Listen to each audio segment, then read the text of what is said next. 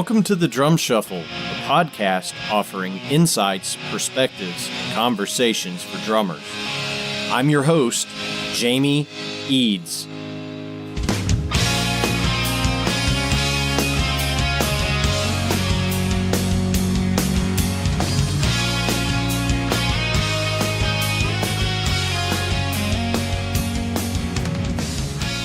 What's going on, everybody? Welcome to the Drum Shuffle. This is episode number 13. Jamie Eads joining you as always. Keep your emails coming to us at the drumshufflepodcast@gmail.com. Our web address is thedrumshuffle.com. You can reach me over at jamieeads.com. Another website that I want to mention here real quick is ghostnote.net. If any of you out there listening are into custom drums or learning how to build custom drums, that is a forum that I've been a member of for many, many years and have met a lot of cool people over there. So if you're just out surfing the web, head over to ghostnote.net and check out what some of the greatest independent custom drum builders on earth are doing. That being said, we have a great episode for you. We have Brendan Hengle joining us here in just a moment from the band Trapt. Brendan also spent quite a bit of time in the band Hope for the Dying. We're going to catch up with him on both bands here in just a second, so stay tuned. Los Cabos drumsticks may be the best kept secret from drummers today. Los Cabos drumsticks makes the finest tools to touch a drummer's hands in the business. The best news, almost every popular stick size is available in both white hickory and red hickory. If you don't know what red hickory is, it's made from the heartwood of the hickory tree, unlike regular white hickory, which is made from sapwood. Red hickory drumsticks will hold up to even the hardest hitting drummers. Their durability comes from the density of the wood, but they do not sacrifice the feel. Please visit loscabosdrumsticks.com to learn more about their products. And don't forget to ask at your favorite retailer for Los Cabos drumsticks. All right, our guest today is Brendan Hengle from the band Trapt. Brendan has been playing with those guys and been a member of the band since 2016, and his story is just fantastic. It really is, and I won't steal any of his thunder from the interview, but it's really cool how he got the call to join Trapt and just how quickly he was thrown into it. Brendan also spent a number of years in a great heavy band called Hope for the Dying. So check out both of those. We're going to talk about both of those bands with Brendan. And Brendan is also just really a great guitarist and bass player as well. He's doing some one-man covers out on his social media channels that are just incredible, really. So pleased to welcome my friend Brendan Hengle to the Drum Shuffle. Hey, Brendan, how's it going, man? Jamie, nice to hear from you, man. How are you? I'm doing well. Hey, thanks for taking the time and coming on the Drum Shuffle. We really do appreciate it. Absolutely, man. I'm excited. Cool. So, Brendan, you know, what we like to try to do is go back to the very beginnings, you know, the genesis, if you will. Tell us a little bit about how you got into music and drumming, because I know you play a lot of different instruments. So kind of walk us through how you got started. Well, I come from a pretty musical family, not my close direct relatives, but I just grew up in a musical household. My mom listened to a lot of music. My uncle is the conductor for The Lion King on Broadway, and his wife, my mom's sister, my Aunt Mary, is an opera singer. She was in Phantom of the Opera. She's been opera singing for 10 plus years now, and so I kind of got into it. At a young age, I got to go see The Lion King, got to see some Broadway shows. I got into that when I was maybe 10, 11, 12. And my mom she listened to rock music, you know, which is kind of strange. She listened to a lot. So like my first band was System of a Down, but I also grew up on like Frank Zappa and some weirder stuff and some jazz. So there's just a lot of like diversity in music in my house. And I also had older sisters that were in high school, so they were introducing me to all this alternative stuff. And So about 13 or 14, I guess. Probably around 12, 13, I started beating on pots and pans, and I guess my mom just figured enough was enough and got me my first kit for Christmas when I was probably 14, and she was very, very, she was just very, encouraging. You know, she loved having music in the house. So, I guess that's how I started banging away to System of a Down albums when I was 14 and, playing in terrible high school bands. Well, yeah, I mean, that's the story of all of us, I think, I mean, Yeah, sure. So you did start out on drums? I did. Yeah. That was my first instrument. And it was probably a good 5 or 6 years later. I just started to kind of noodle around on guitar, and I got into like a lot of guitar driven music. I started to open up to prog. I slowly went from rock to metal stuff, and then eventually found prog music, and that really opened my mind up to guitar driven stuff. My first like big guitar hero was Jeff Loomis, and so for a while I just wanted to shred, and so I picked up the guitar, and also I wanted to start writing my own stuff, and I kind of wanted to understand what was happening in music. Sure. So I picked the guitar up several years later, and then since then I've just been kind of doing both, and have a passion for both, and from there I picked up a little piano and some other instruments, and yeah. Sure. Cool. Well, and I guess I'm a little bit curious, did you do any kind of, marching band or formal lessons, or are you more? No. Yeah, no, I really wish I had, man. Like looking back, I wish I would have done band. I think that would have been a really good experience for me. Especially like jazz band or some marching stuff. I think a lot of the drummers that I hear that do have those backgrounds, you can hear that in their drumming, and I think it's really cool. I was completely self-taught. I've never taken a lesson. I actually just took like my first set of lessons recently with Dave Elich, probably like just last year, and I took a few lessons with him, had an in-person one with him, just to kind of like see where I was at, and maybe like fix some posture stuff and like some basic stuff, kind of rebuilding my drumming. But I mean, I was always self-taught. I just listened to records and tried to mimic, the stuff I was hearing. So. Absolutely. Well, and you mentioned, starting, terrible, garage bands and things like that. Now, you grew up in Illinois, is that right? Yeah, that's right. Southern Illinois. I was just outside of St. Louis. So. Okay, so you had kind of the bigger city influences coming in when you were getting started. So tell me a little bit about the formation of Hope for the Dying. Now, were those school buddies of yours, or did that kind of happen after school? Or it's interesting. That was in the MySpace era, and at the time I had just gotten out of a band where I was playing guitar. I was playing lead guitar, and I just started, was super into that. And that band had broken up, and I realized like, okay, I need to find something. I really want to tour. I really want to find a band. So I kind of put writing my own music on hold, and I started looking, and at the time, MySpace had like a classifieds, and there was like a musicians wanted type page, like a Craigslist ad basically, and it was for Hope for the Dying, and they just, they were an hour south of me, an hour and a half or so south of me, so I was like, okay, this might be cool, and they were kind of up and coming. They sent me some music, and I really dug it. I mean, it was prog, it was shred, it was kind of neoclassical, it was rad, and so I went down and I auditioned, and I got the gig, and those are still some of my closest friends. I love those guys to death. So, that's kind of how that came to be.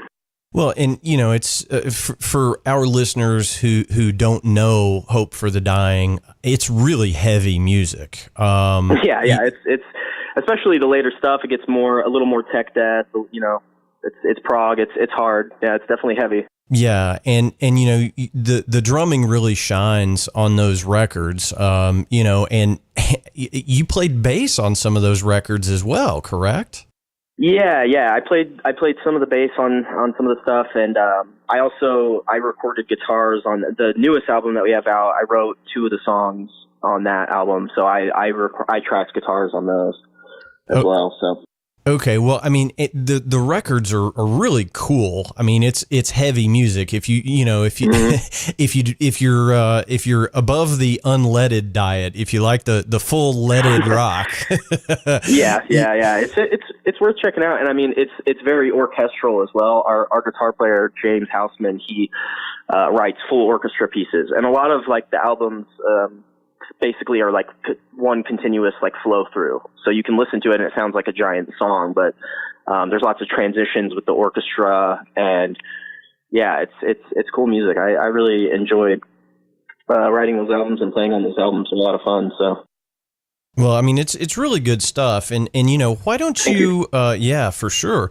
Why don't you give us an update on the status of Hope for the Dying? Because I mean, you guys, I guess, are still officially a band, correct? Yeah, that's true. So yeah, over time of touring and stuff, and everybody just started branching out and getting these different lives. Jack Daniels, the lead guitar player. He ended up playing for this band War of Ages, and I actually ended up joining and touring with War of Ages for a little while as well. And James and Josh both had kids, and so you know, just personal stuff and family life and all that kind of thing. Regular jobs coming into play, so everybody's got that going on.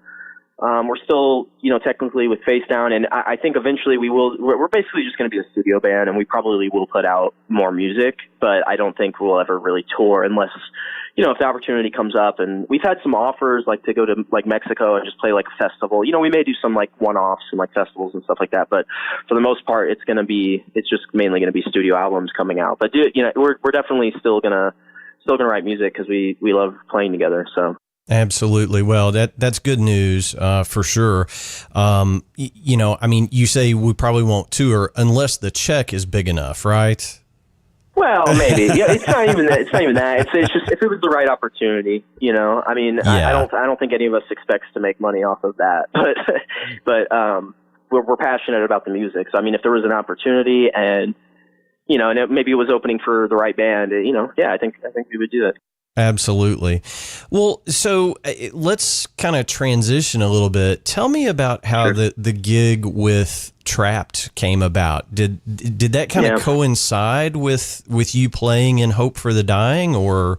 No, it didn't at all. At this point, Hope for the Dying was, you know, we did one more album, and we were kind of, at this point, we just put it out. And, I was sort of inactive. You know, I've been playing with War of Ages and decided to leave that. And I went to culinary school when I was younger, so I've been cooking in restaurants my whole life. And so at the time I was working at this kind of upscale steakhouse in Mount Vernon, where I'm from.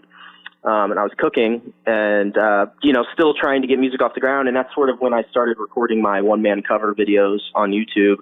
Okay. Because, just trying to get my name out there and stuff like that. Well, and we got to talk about those in just a second. I'm sorry to interrupt because some of that stuff is just, I mean, it's befuddling to me. You know, I'm just. Thank you, man. Thank you. That means a lot. I'm just a drummer, the response right? I got on those was so incredible, and I love doing it. Like, I want to get back to it. I've just been so busy with Trapt that I haven't had the time. But,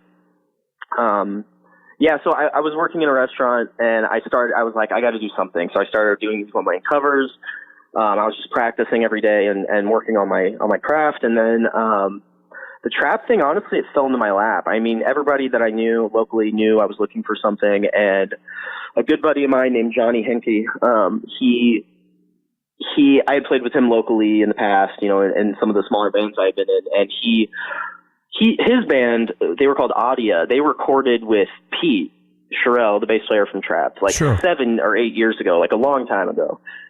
Pete does engineering. He has a studio, so his band had flown out to LA, recorded with Pete, and him and Johnny and Pete just became friends and stayed in contact. And just one day out of the blue, Johnny ends up hitting me up, and he's like, "Hey, you know, Trapt is looking for a drummer. You know, you should audition." And I was like, "Yeah, sure, whatever." You know, I didn't think anything of it. I was like, "Yeah, that'd be cool." And so next thing I know, Pete's texting me and is like, "Hey, here's the song. It's like, send us a video." And so I immediately, you know, I learned 3 songs that night, and the next morning I went and I recorded a video at my friend's studio. and I just shot 3 songs, Headstrong, Bring It, and Human, one of the newer tracks, and I sent that to them on like Tuesday, something like that. I think maybe it was, I might have my days messed up, but basically like a couple days later, I had sent it to them. I didn't hear anything for a couple of days, so I just assumed I didn't get it. And it's funny because I was having dinner with my family, my mom and my sister and my brother-in-law, and I was just talking to them about it, and I was like, man, it really sucks I didn't get this gig. That would have been really cool. And my phone rings, and it's Pete, and he just says, hey, man, we just want to know what it'll take for you to come on the road with us. And that was like Tuesday night that I got the call, and I think I flew to LA on like Saturday, and then we started tour on Monday for like 6 months straight. So it was just like, it literally just happened overnight, and I was on tour with him. So it's pretty wild. I had to learn like 22 songs or something in like less than a week. And for most of that week, I didn't have my drums. It was pretty nerve wracking. So basically, you were just thrown into the machine on a Tuesday night, and within 7 days you're on a big tour. Yeah, and I went into work and I quit my job, and the rest is history, dude. I've been with them ever since, so it's crazy. Well, I mean, what a story, right? I mean, that's it was definitely like, it was a pretty cool moment because I got pretty emotional. My family was there, so it was like it was a great moment. Well, for sure. Now, I mean, obviously Trapt has been around for, a number of years, and, some of those early records were just, I mean, bananas huge, you couldn't turn on a radio, in the early part, I guess, 2010 or something without hearing the songs, Headstrong, I think was the big single. When you joined the band, did they give you free reign to come in and be Brendan, or was it, hey man, we really need you to come in and play it like it is on the record? Yeah. Well, Pete and Chris were always, they were always very open to me stylistically, and have kind of encouraged that.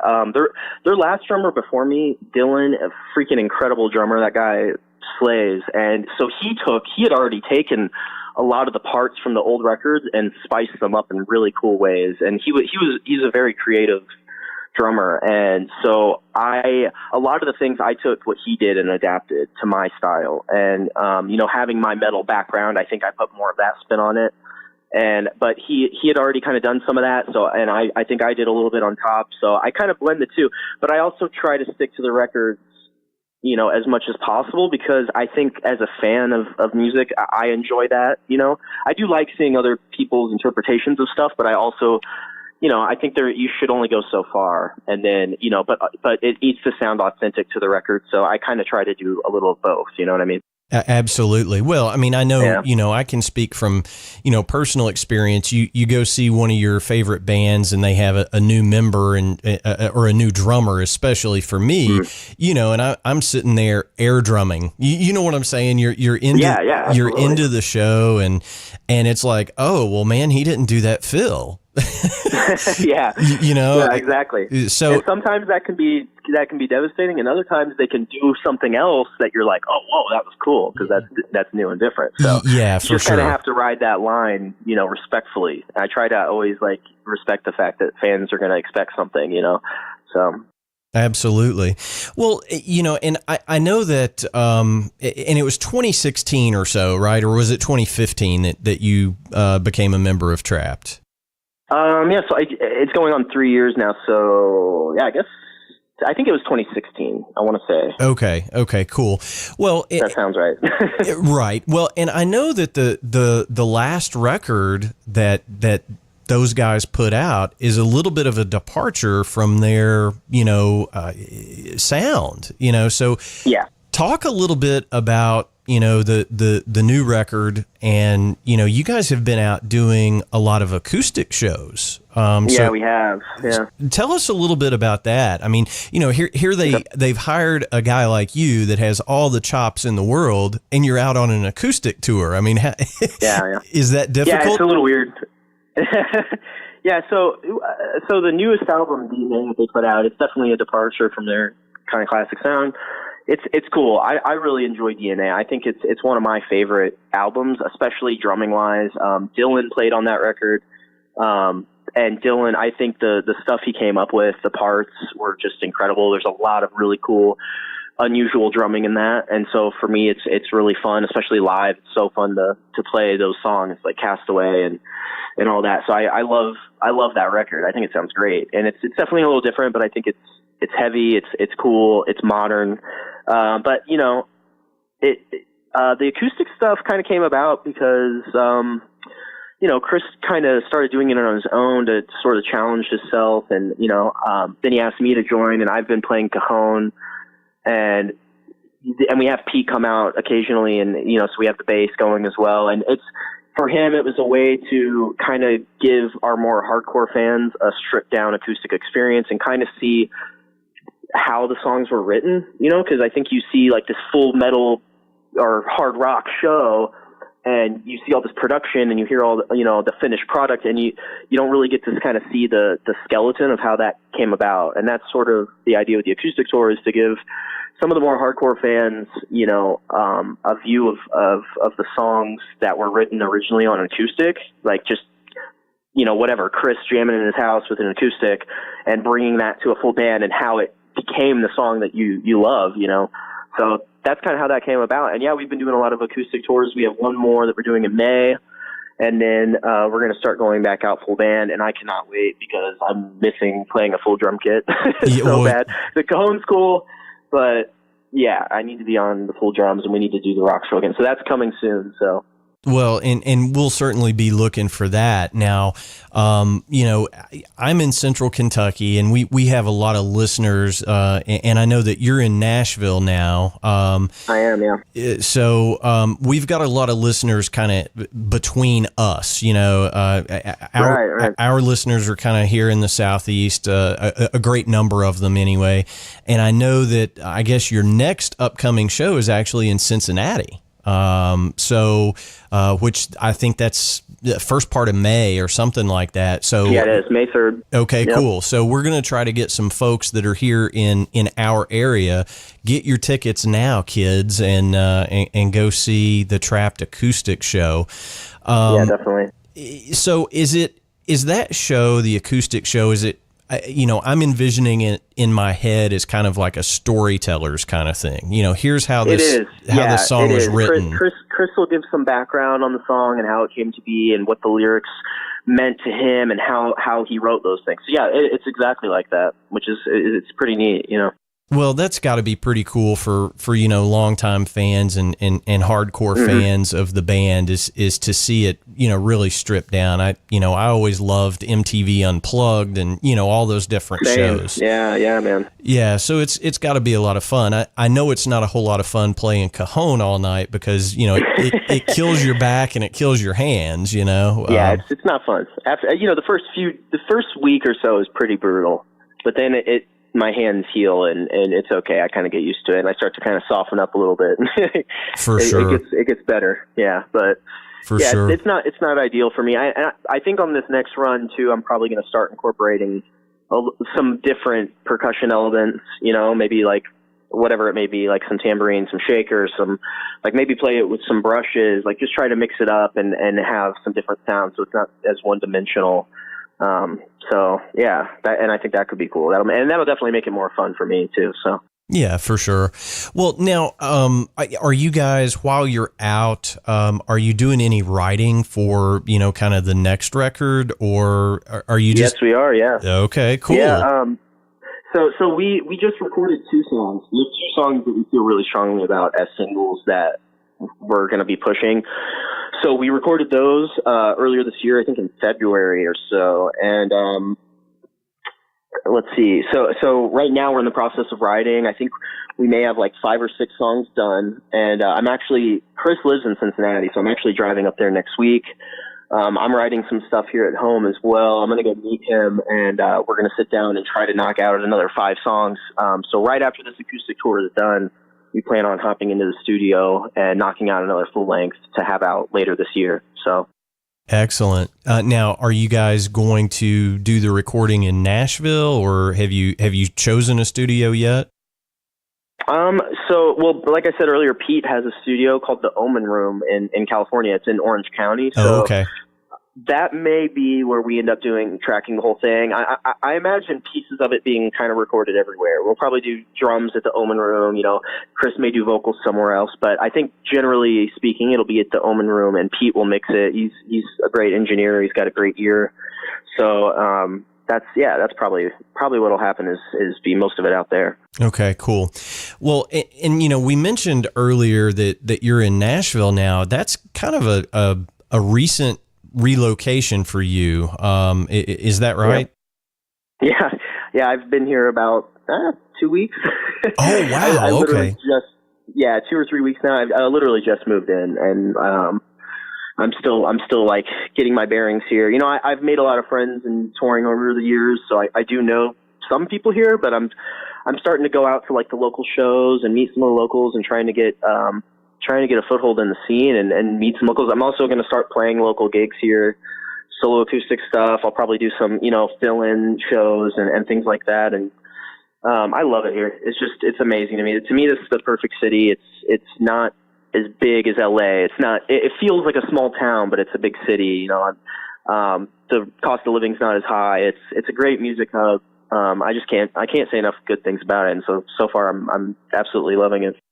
Yeah, it's definitely cool. And I think a lot of people, just automatically equate Nashville with country music. There is an incredible rock scene in Nashville, Tennessee. Yeah, absolutely, man. I'm still kind of discovering it. I'm going out. I just went to a show last night. I was actually getting my haircut, and one of the women that worked there was a singer-songwriter. We ended up talking, and she's like, "Yeah, come to my show Saturday." So I come to her show. It's at a brewery. I watched her perform, and she just was incredible. Had an amazing band, had an incredible voice, and I'm starting to discover, what's out there in this scene. And there's definitely some great rock stuff happening. There's lots of original music that's coming out. There's a good number of cover bands and stuff like that downtown as well. You have that kind of thing. But there's definitely a strong scene here. I think mainly what people see is the country stuff. There's definitely a lot of country here. But yeah, man, there's just such high quality and high caliber musicians here in all genres. So. Yeah, for sure. I mean, I jokingly say all the time, if you go to a casual dining restaurant and, order your cheeseburger, the guy or gal that brings it to you is probably the best guitarist you've never heard. I mean, that's absolutely. You never know who here is just incredible. I mean, it's probably everybody, most people here are. So, yeah, just walking down the street, street performers, there's incredible street performers. There's and it's another reason I moved here is just to be surrounded by such great musicians is definitely going to push me to work even harder. So. Well, for sure. And I know that you'll get plugged in pretty quick and you'll be doing sessions before you know it. I mean, there's, 4,000 studios in that area down there. So exactly. You'll find work before you know it. No doubt about it. Hopefully that's the plan. Yeah, for sure. So, going back over to, the Trapt side, when you guys get back out, kind of doing some of the festivals and the full rock shows, is it going to be, a full big tour with lots and lots of dates, or is it going to be more festival centric, or do you know yet? I can't speak too much on it yet. I've heard little things and more or less rumors and speculation and stuff. We've had a few offers. So I can't say too much about it now and what it'll be. We'll probably do a headline run that'll be pretty decent size, and then we'll probably do a support run for a bigger band that'll be I think much bigger and more dates. Hopefully we're out quite a bit with the full band thing the second half of this year. That's kind of what I'm looking forward to. So just keep an eye on our dates and that stuff will be announced soon. Okay, well, I was going for the exclusive there, the Geraldo Rivera indie, so you can't announce it here today. That's okay, man. Yeah. I don't want to say too much. There's a few things that have been on the table, and we'll see what happens. Well, I'm sure it will be awesome, whatever it is. You know, the guys in your band, you know, they don't do small. You know what I'm saying? You know, Trapt, Right, yeah. Trapt is we always, go big. Yeah, we go big or go home. So yeah, for sure. Well, that's cool.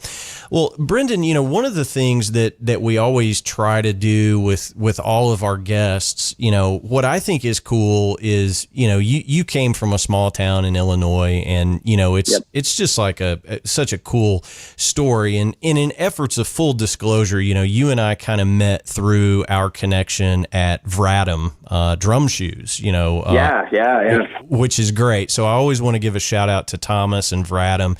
He was a guest on the show a while back, and you know, so that's kind of how you and I got hooked up, which is really cool. Awesome.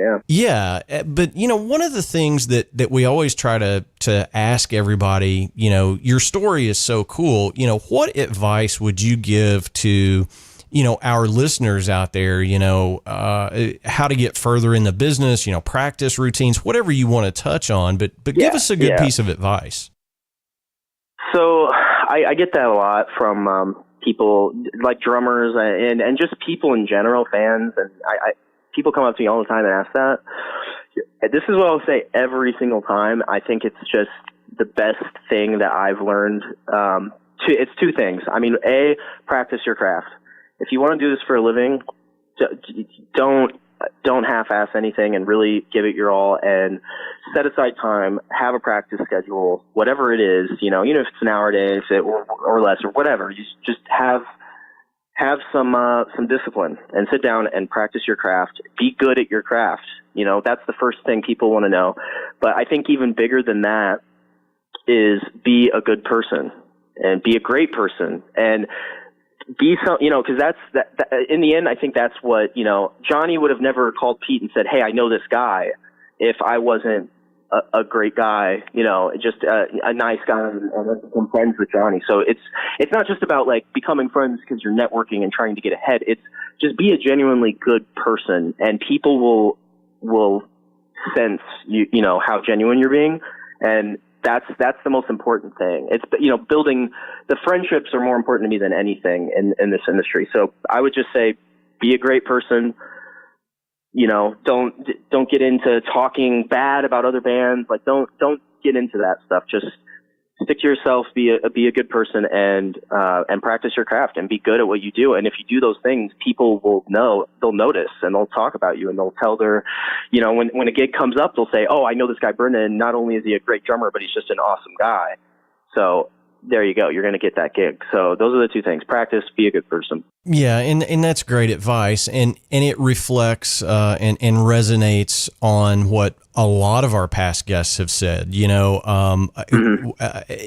and I'm assuming when, you know, you sent out your video to the guys in Trapt, you know, when you're auditioning and trying to get that gig, you know, your playing speaks for itself, but it's really all about the hang. You know, I mean, it's, I'm sure if you don't get along with people, it's just, you know, it's never going to work. It doesn't matter how good you are. So you have to be able to adapt and be able to get along with a wide variety of people, you know, not just people that, you know, you just have to be, you just got to be down to earth, easy to get along with, and, you know. Yeah, well, and I'm assuming that when you flew out to California and met up with them, had you been, you know, just some raging jerk, they would have been like, "Yeah, never mind, dude." Exactly. It doesn't matter. It really doesn't matter. At the end of the day, I think how good you are. I think I would much rather play with good musicians that are amazing people than amazing musicians that are not as great of people. So it's just that you spend all day with those people. I spend every minute in a bus with those people. So it's really important that everybody get along. So yeah, definitely, you know, work on your social skills and work on, and, you know, getting along. You don't have to be 100% agreeable all the time. You just have to learn how to compromise and learn how to live with other people. So yeah, well, I mean, I think that's the most important thing, whether you're a drummer, a flute player, or a delivery man. It doesn't matter. Just be a good human being. Well, and, you know, I mentioned it earlier. Let's talk just real briefly here about your one man covers, because I want to try to set this up a little bit, because if you haven't seen this stuff, it just, again, it blows my mind. But you're literally playing every single instrument, and you're covering you're not doing, 3-chord songs, these are prog metal songs for the most part. So, it's unbelievable to me. First of all, I have to hate you because you're so good at all these different instruments. You know what I'm saying? It's like if you were just a better drummer than me, we might still be able to be friends. Okay. Yeah. Yeah. I got you. But all kidding aside, some of the material that you've picked, most people wouldn't try to do a drum cover of, let alone play exactly. So tell us a little bit about some of those that you've done and where everybody can catch that stuff. Sure. So I was really inspired early, in my teenage years by this band Between the Buried and Me, and they're a prog metal band. They have 20-minute long songs sometimes, and they go all over the place. They have weird transitions, odd time signatures, crazy scales and modes, and just sonically it's just insane music, and it's all over the place. It's very technical. It's very challenging just for drums, let alone guitars. Guitar is incredibly, every instrument in that band is hard to play. So I was really inspired by them early on, and I love technical music, and I love complicated stuff. I love breaking it down. I love getting it under my fingers. It's just a sense of accomplishment I get. So I decided to do these covers because I was, I just have always balanced guitar and drums so much. I felt like I could do both pretty well. And I started with this band, Snarky Puppy. It's like sort of a jazz fusion band. And I started with one of their songs, and I didn't have any brass instruments. So I transcribed the trumpet solo on the guitar and just did that and tried to make do with it. And that one turned out okay. Each video got progressively better, because that one, it just looks terrible. The lighting's awful. The quality's bad, but it was still good. I got a really good reception out of it. The next video I did, I stepped it up quite a bit. I did Between the Buried and Me, and that was a big challenge. I spent, a couple of weeks, probably 2 weeks straight of just practicing that song every day on all instruments. And that one I'm really proud of, because I recorded that in one day, and they're all live takes. It's not overdubbed. It's not a music video playthrough. Those are live recordings of me playing those parts. And so, and then I did a Tron song, and I've done a Contortionist song. Now, right after I did those, the Contortionist video, I joined Trapt, and since then I've been so busy I haven't been able to get back to it. I do plan on it though, because it's something that was super rewarding for me. The response was so amazing. People really seem to like it. It didn't get a lot of exposure. I don't have a ton of views. I think the BT Bam one is my most watched. It has 5,000 views or something. But everybody that's seen it is like, why doesn't this have more views? This is incredible. So I'm really proud of that stuff. I think that's something that if I put a lot of time into, it could actually I could actually do something with that. And I don't think there's a lot of people doing drum cover of, an Animals leader song or this or that, or a guitar cover, but you don't see one-man bands that nail it. I see a lot of one-man covers that they're kind of okay at everything, but I feel like I was able to pretty much nail every instrument. And so I'm really proud of that stuff. You can go to YouTube and just type in Brendan Hengle, and you should be able to find the 4 videos that I've done, and definitely subscribe and look out for videos in the future, because I already have 3 or 4 songs learned completely that I just need to shoot. So eventually, when I have the time, I'm going to be getting back to it and putting more stuff up. So. Well, it's incredible stuff. It truly is. And thank you. Thanks, man. Well, I'm not just saying it because you're my guest on this show. It's incredible stuff. Now, now that you are in Trapt, and this kind of leads me down a different rabbit hole, but now that you're in Trapt, I'm going to guess that your profile, it's raised your profile considerably. And your technical ability is obviously there. Is there any talk with any of your gear companies about doing a clinic tour, as a drummer? Have you worked anything out there yet? No, I've never even considered that. That would be really fun. That would be awesome. I've never even honestly given that any thought. With the touring schedule of Trapt as it is, I don't know if that would be possible, but yeah, I don't know. Maybe I should kind of mention it to some companies and see if it's something I could do. I would love to do that. I think not only would that be it'd be challenging for me, so that would be a great learning experience. That'd be really cool.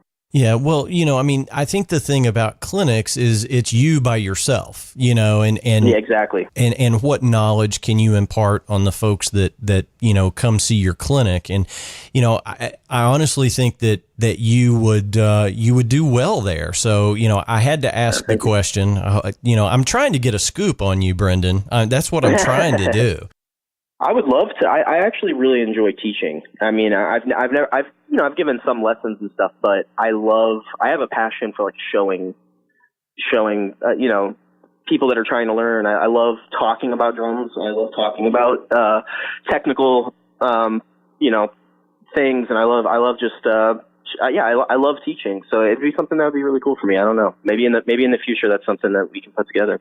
Absolutely. Well, if that's something that you're going to do, certainly let me know, and we will put the word out to the good folks that listen in. Absolutely, man. Yeah. Well, we're looking forward to hearing the kind of the next chapter from Trapt. It sounds like a new record, possibly later this year, early next year, when that's. Yep. When that's in the can and done, I would love to have you back so we can get a listen to it to our listeners and talk a little bit about the drum tracking process that you went through. So, open invitation for you, brother. Yeah, that would be fantastic. It's great talking to you. So anytime, I'd love to come back. Well, that'd be awesome, man. So Brendan, thanks so much for your time. We really do appreciate it. And we'll send everybody over to trapt.com and look up Brendan Hengle on YouTube for some of those one-man cover videos. They're crazy. I can't wait to see what you come up with next, my friends. Thank you so much, man. It's been a pleasure. Absolutely. We'll talk to you real soon. Alrighty. All right, bye-bye. So there you have it, folks. That's going to wrap up episode number 13 for the Drum Shuffle. Really do appreciate each and every one of you tuning in and listening this week. Go ahead and hit the subscribe button on whatever platform you're using to tune in today. If all goes well, and I think it will, next week we will have a Rock and Roll Hall of Fame member in Doug Cosmo Clifford from Creedence Clearwater Revival joining us here on this show, so you're not going to want to miss that. Some other guests that we're working on getting scheduled and getting on here to do an interview. Rod Morgenstein, a great faculty member up at Berklee College of Music, member of the Dixie Dregs, played in Winger for a long time. We're working on getting Rod scheduled to come in here. We're also working with Liberty DeVito of Billy Joel fame to try to get him scheduled to do an interview with us as well. He's got a fantastic new band called Lords of 52nd Street that we're going to be talking to him about. Also, the Hired Gun movie, if any of you have seen that. So we've got some great guests that we're trying to get scheduled on the show. So go ahead and hit the subscribe button so you don't miss a single episode. As always, keep your emails coming to us. We love hearing from you throughout the week. That email address is thedrumshufflepodcast@gmail.com. Our web address is thedrumshuffle.com. You can find me over at jamieeads.com. So until next time, may your heads stay strong and your sticks never break. Cheers, everybody.